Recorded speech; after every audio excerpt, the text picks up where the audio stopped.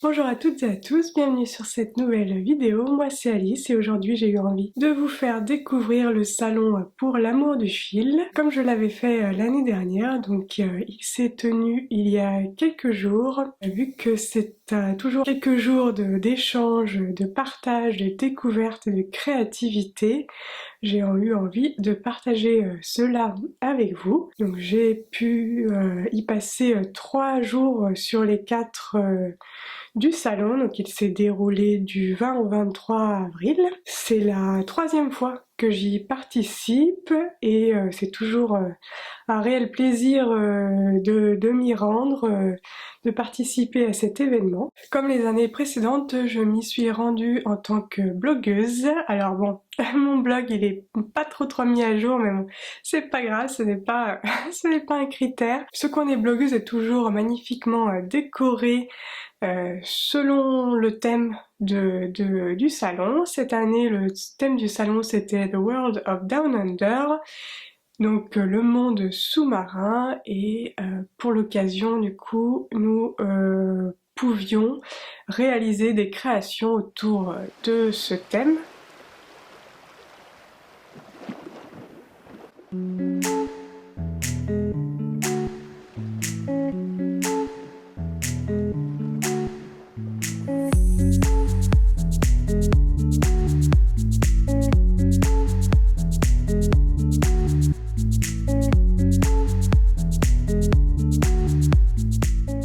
Bon, j'avoue que c'est pas grâce à moi que le stand est magnifiquement décoré, je vous mettrai quelques images bien entendu. J'ai apporté quand même ma petite pierre à l'édifice en tricotant une petite méduse que voici. Vous avez peut-être vu si vous me suivez sur Instagram.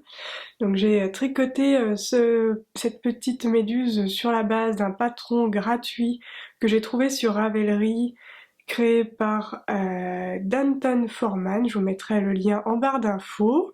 Ces méduses à lui sont un petit peu plus grosses parce qu'il les tricote en 3,75 je crois. Moi je l'ai tricoté en 2,5, donc c'est vraiment une toute petite méduse. On commence le tricot par le dessous. On monte un certain nombre de mailles et puis ensuite on fait des augmentations.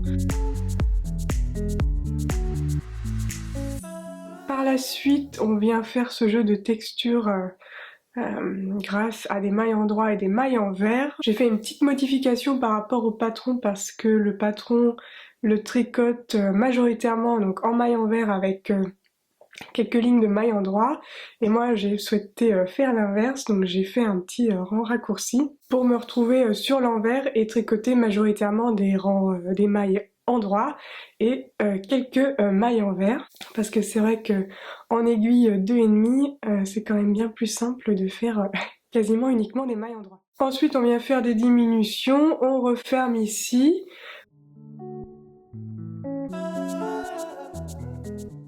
On met du rembourrage pour refermer ensuite également de l'autre côté.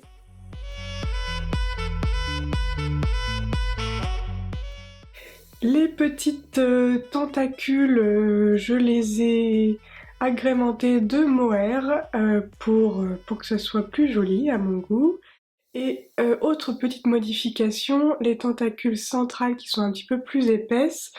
Lui, dans le patron, le designer les prévoit avec des fils plus gros, et moi je voulais garder la même couleur et j'avais pas de fil de la même couleur mais d'une autre épaisseur.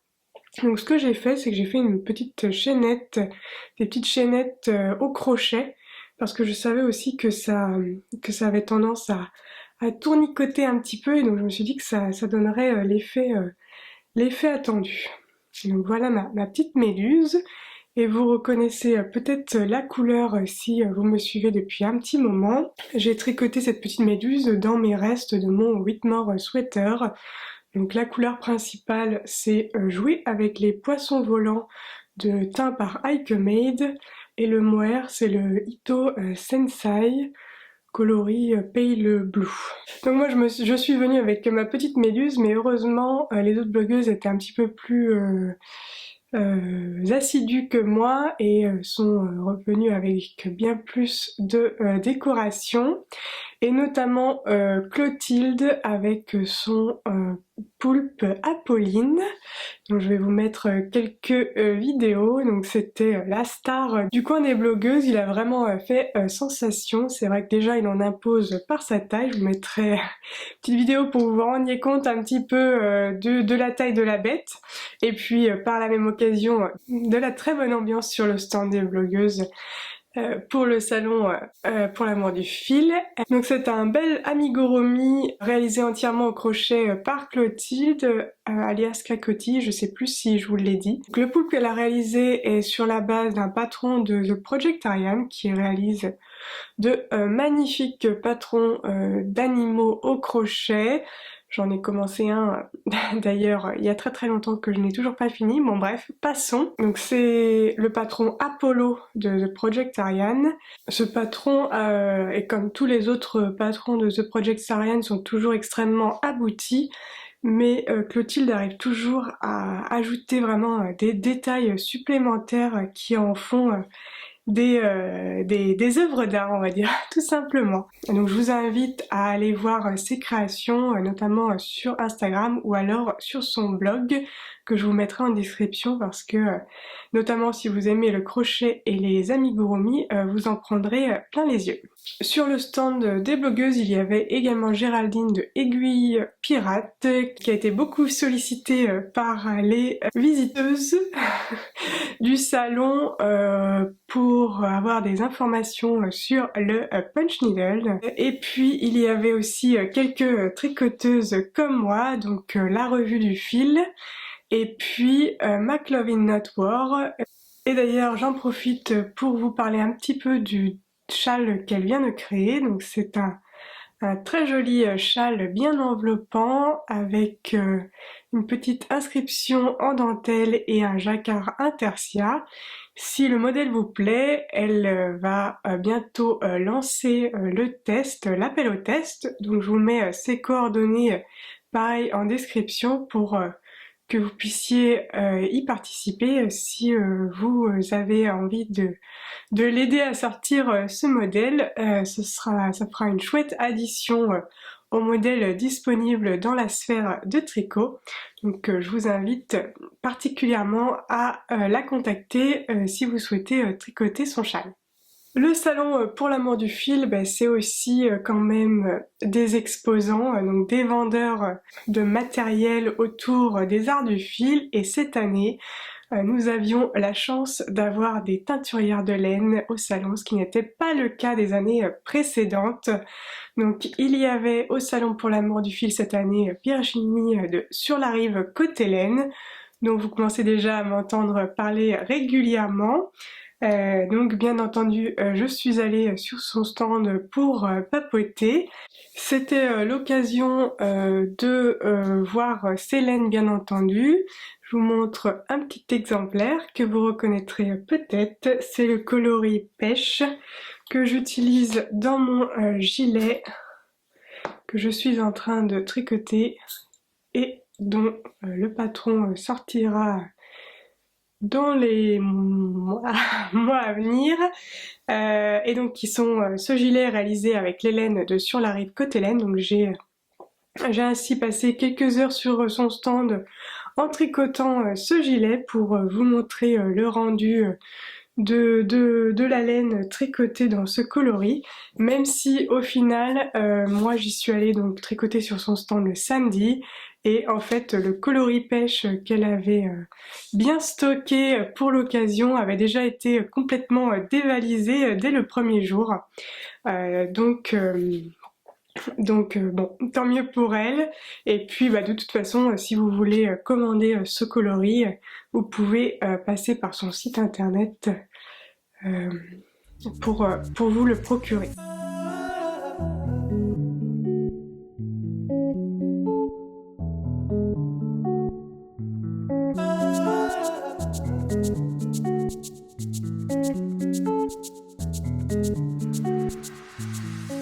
Je n'ai pas trop craqué sur le stand de Virginie parce que je voulais me réserver pour découvrir des teinturières de laine dont je n'avais encore jamais tricoté les laines.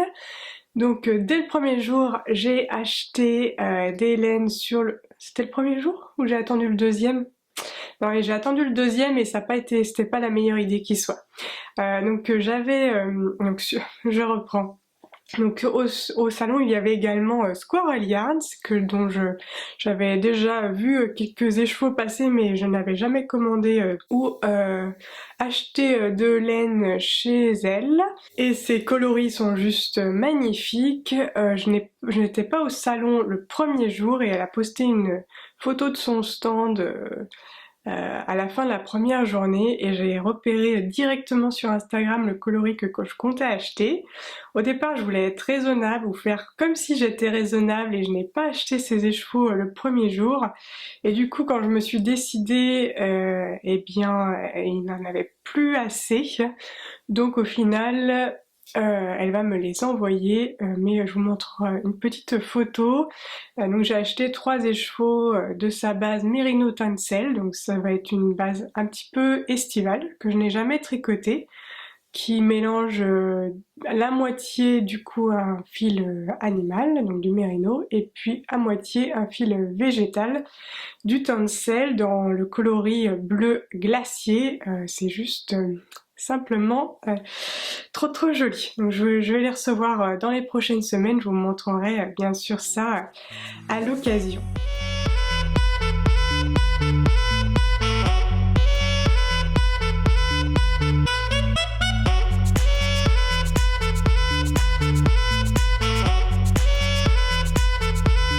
Et enfin, j'ai acheté aussi de la laine sur le stand du Bruit des aiguilles que vous connaissez peut-être ou même sûrement si vous tricotez des chaussettes.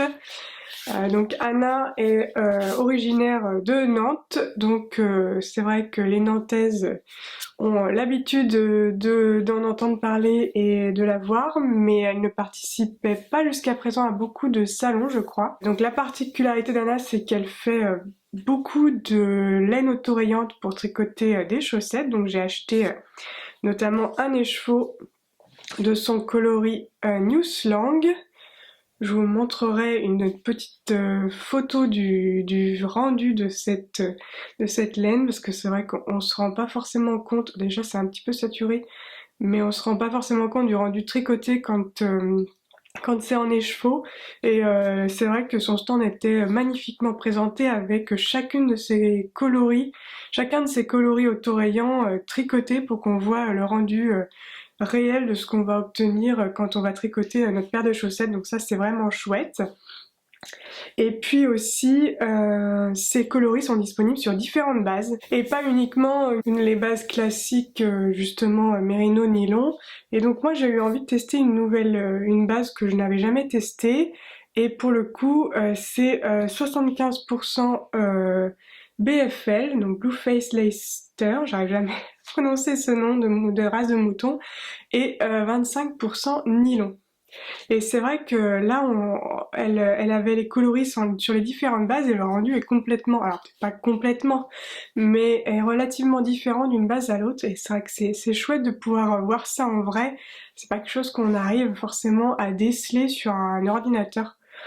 Les salons pour ça, c'est vraiment sympa. J'ai pris un mini assorti, le coloris gris, tout simplement. Là j'ai 100 grammes, donc moi je peux me faire 2 paires de chaussettes avec. Donc je compte faire une paire de chaussettes avec un contrastant gris. Et puis une autre je pense avec un contrastant naturel que j'ai déjà en stock. Et puis j'ai également craqué sur ce magnifique écheveau coloris City of Stars. On est plusieurs à avoir craqué sur ce coloris là. Donc c'est à peu près la même gamme de couleurs, donc c'est du gris avec un peu de bleu et un peu de rose. Je vous montrerai d'un peu plus près pour que vous puissiez mieux vous rendre compte de la beauté de ces écheveaux. Donc bah voilà, gros craquage laineux au salon pour l'amour du fil. D'habitude je suis hyper raisonnable sur ce salon parce que je ne fais pas de patchwork, et ce qui est quand même le principal Le principal attrait, les exposants sont beaucoup tournés autour du patchwork. Encore que cette année, j'ai trouvé que c'était assez varié. Il y avait du coup même des techniques remises au goût du jour par différents acteurs, par différents exposants, donc comme le Canva avec Canva Fatal.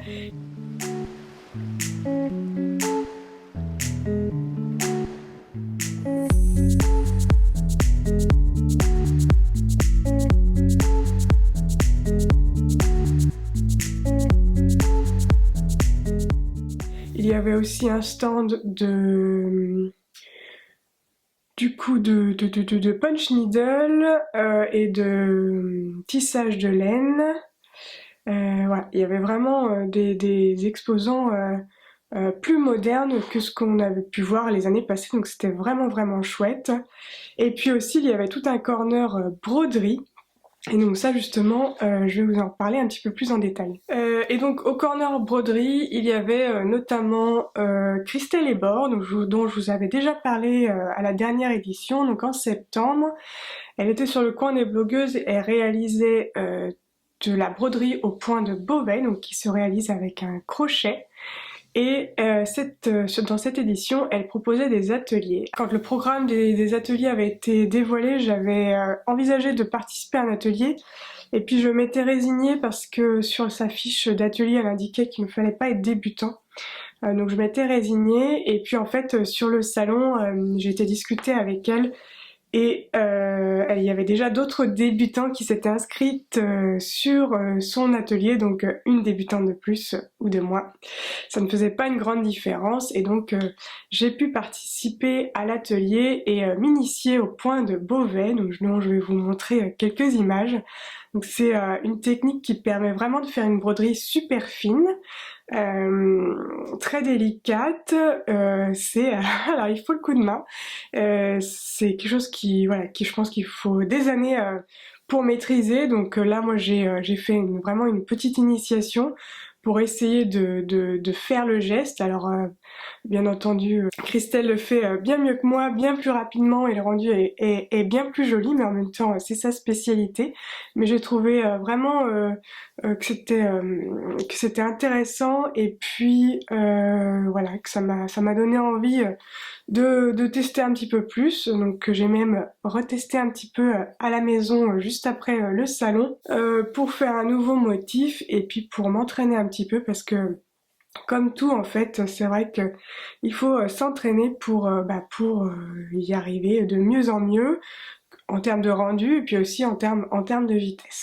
Donc j'étais ravie de m'initier à la broderie au point de Beauvais avec Christelle Ebor, qui je ne vous l'ai pas dit mais est meilleure ouvrier de France 2019 grâce à sa pratique de ce point de broderie. Donc j'étais vraiment accompagnée d'une experte en la matière. Je ne pouvais pas avoir plus experte en la matière pour cette initiation. En termes d'emplettes, j'ai aussi acheté un tout petit peu de tissu, donc j'ai acheté des petits coupons de tissu en noir et blanc, et ça va être pour réaliser un tapis d'éveil pour mon bébé, et j'en avais déjà réalisé un comme ça pour une copine il y a quelques années. Je vous mettrai une petite photo et j'avais envie d'en réaliser un nouveau. Donc l'idée est de faire un tapis d'éveil avec des matières différentes, donc du tissu coton, après du tissu enduit, du minky, du tricot, pour avoir le côté sensoriel, avoir différentes matières pour le bébé à explorer, et puis en noir et blanc parce que déjà c'est joli, et puis d'une part les contrastes importants pour les petits c'est l'idéal. Donc j'aurai ça comme petit projet à l'avenir. Et enfin, le salon pour l'amour du fil, c'est aussi toute une exposition autour du patchwork. Donc je vous montrerai quelques images.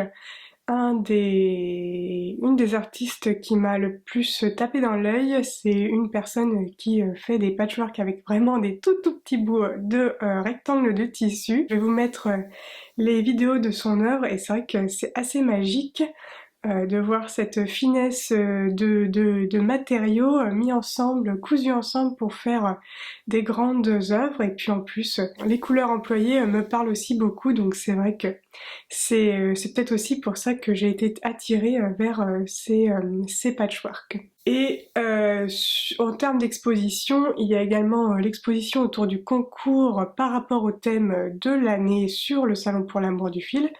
Comme je vous l'ai dit en début de vidéo, c'était lié au monde sous-marin et donc chacun pouvait participer à ce concours et y présenter une œuvre. Et c'est vrai que moi j'apprécie toujours énormément cette exposition parce que on voit la créativité à l'état pur, des personnes qui utilisent des matériaux différents, voilà, des fibres, du fil, du tissu pour créer des œuvres magnifiques autour du thème donné.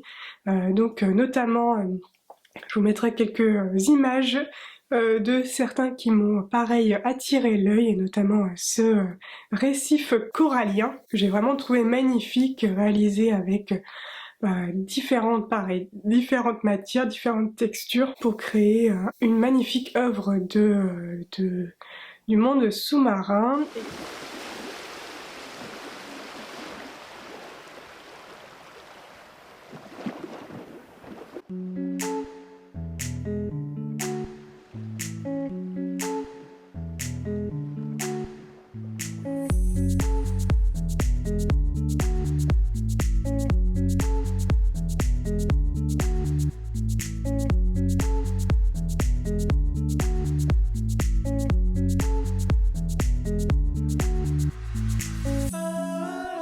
Puis bien entendu aussi, je vous montre l'œuvre de Vanessa, je me rappelle plus son nom de famille, qui est très connue en la matière justement pour créer des œuvres d'art immenses autour du monde sous-marin avec du fil.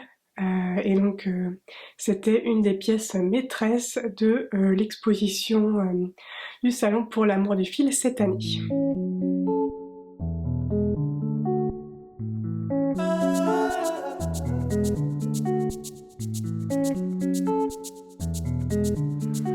Donc c'est tout pour mon petit tour de Salon pour l'amour du fil. J'espère que cette vidéo vous a plu, que comme moi ce salon par vidéo interposée vous aura donné envie de créer. J'avoue que personnellement j'en ressors toujours énormément boostée, pleine de créativité après un salon, et notamment spécialement ce salon parce que on voit plein de choses différentes qui sortent un peu de l'univers classique que je connais habituellement, vu qu'on rentre dans l'univers du patchwork, et puis il y a voilà, les concours qui nous plongent complètement dans d'autres sphères créatives, et donc j'apprécie beaucoup voir le travail de tous ces artistes pour me booster ma créativité. J'espère que cette vidéo vous a plu. Si vous êtes rendu au salon, n'hésitez pas à me dire en commentaire ce que vous en avez pensé, et puis peut-être ce que vous avez acheté sur le salon. J'ai eu la chance de voir quelques-unes d'entre vous au salon, et ça me fait aussi toujours très plaisir de pouvoir discuter en vrai avec vous. Et donc sur ce, eh bien je vous souhaite bon tricot, bonne créativité, et puis je vous dis à bientôt pour de nouvelles aventures créatives. Salut!